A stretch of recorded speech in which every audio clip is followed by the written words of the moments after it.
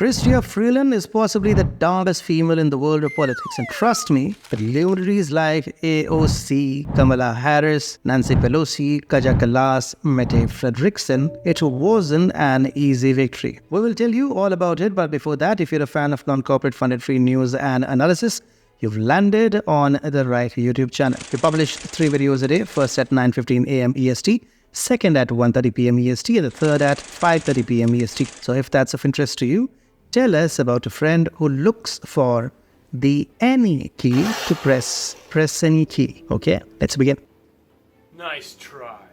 Chrystia Freeland, Canada's Deputy Prime Minister and Finance Minister, remarkably played by one woman, embodies both the gravity and the farce of multitasking. She drives the West closer in its embrace of Ukraine, exchanges witticisms with the Polish Foreign Minister, and destroys Canada's economy. Her mission is to convince the already war-fatigued allies to appropriate Russian central bank assets, redirecting these funds to rebuild Ukraine. The plan, brimming with both legal and diplomatic entanglements, could easily serve as the plot for a satirical novel, highlighting the absurdity of modern-day Robin Hoods in suits, or Robinesses. Yet as Freeland jousts with windmills, her own government teeters on the brink of a defeat, a twist that is a reflection of human ambition and folly. The Liberal Party is trailing behind the Conservatives by 11 points,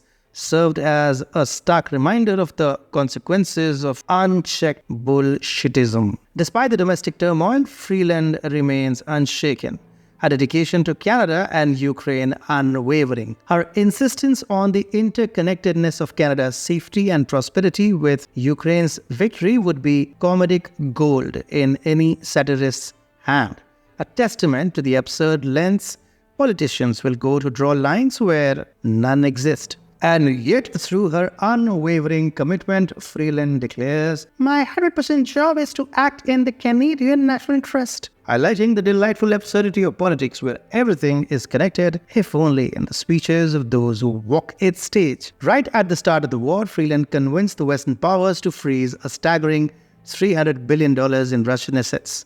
Not content with merely freezing assets, she now aims to take a bolder step, advocating for the outright confiscation and redirection of these funds to Ukraine. Pussyfooting around Putin doesn't really work. A line very ripe with comedic potential. Gotcha, bitch!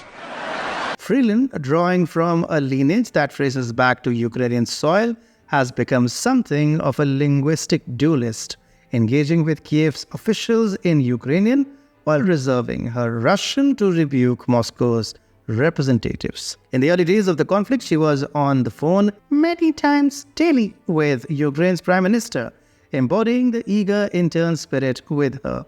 "What can I do for you?" This dedication led to the creation of $500 million Canadian dollars Ukraine sovereignty bond that must have gone straight to Zelensky's pocket, minus the 10% for the big guy. Despite gaining nods from the high tables of the G7 and EU, where luminaries like David Cameron and Ursula von der Leyen rub elbows, the frozen treasure chest remains firmly locked. Critics peering over their spectacles, cautioning against this financial temerity. Bloomberg's Andreas Kluth casts our heroine strategy as both illegal and unwise.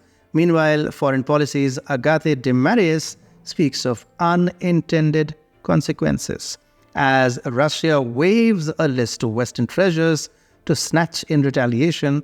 Freeland's quest seems increasingly chaotic. Freeland, alongside Trudeau, made a pilgrimage to Kiev on the anniversary of what could only be described as Russia's rather harsh spanking of NATO.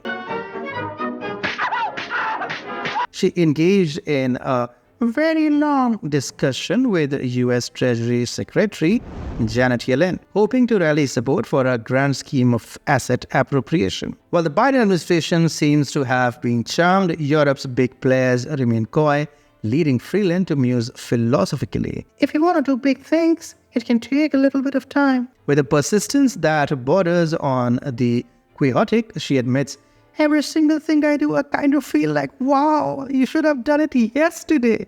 Yet, despite her fervent advocacy for Kiev, Freeland's efforts and Canada's commitments are met with skepticism, not just from afar, but from within. Report from Le Devoir highlight a rather embarrassing hiccup. A significant portion of Canada's promised aid seems to have taken a detour en route to Ukraine. And as if to add insult to injury, Canada's hesitancy in reaching NATO's defense spending targets has drawn side eyes from allies, making one wonder whether Ottawa's ambition outstrips its prowess. Freeland, ever the optimist, insists that making Putin pay is a compelling narrative for democracies, a sentiment that might resonate more in the hallowed halls of Davos than in the kitchens of Canadian homes. Enough about Freeland. There is one man who outshines Freeland and all the lovely ladies mentioned in the introduction. That's Freeland's boss, and he's planning his own Russian adventure.